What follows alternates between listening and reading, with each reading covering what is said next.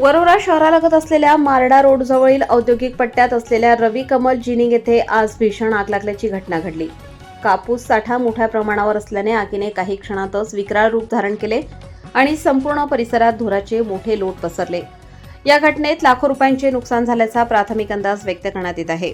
घटनेची माहिती मिळताच वरोरा नगर परिषदेच्या अग्निशमन दलाच्या गाड्या तात्काळ घटनास्थळी दाखल झाल्या। पोलीस प्रशासन आणि वरोरा नगर परिषदेचे अग्निशमन दल आगीवर नियंत्रण मिळवण्यासाठी अथक परिश्रम घेत आहेत।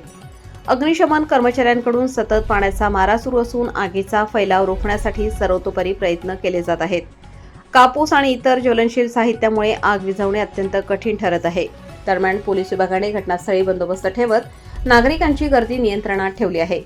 परिसरात सुरक्षितता राखण्यासाठी आवश्यक ती खबरदारी घेण्यात येत असून कोणतीही अनुचित घटना घडू नये यासाठी दक्षता बाळगली जात आहे। या आगीत जिनिंगमधील कापूस साठा, यंत्रसामुग्री तसेच इतर साहित्य जळून मोठ्या प्रमाणावर नुकसान झाल्याची माहिती समोर येत आहे। सुदैवाने या घटनेत कोणतीही जीवितहानी झाल्याचे वृत्त अद्याप मिळालेले नाही। मात्र आर्थिक फटका मोठा बसल्याचे स्पष्ट झाले आहे।